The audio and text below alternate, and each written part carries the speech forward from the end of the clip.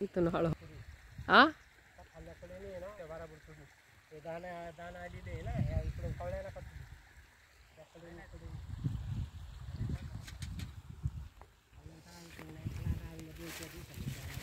याला खूप शेंग आले.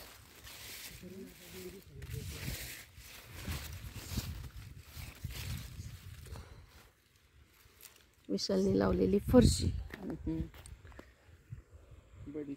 कोथिंबीर आहे.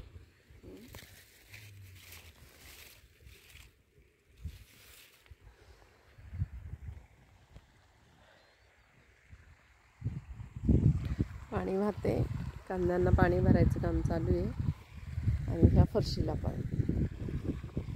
आणि शेवगा बघा आता खूप शेंगा आल्यात शेवग्याला पण.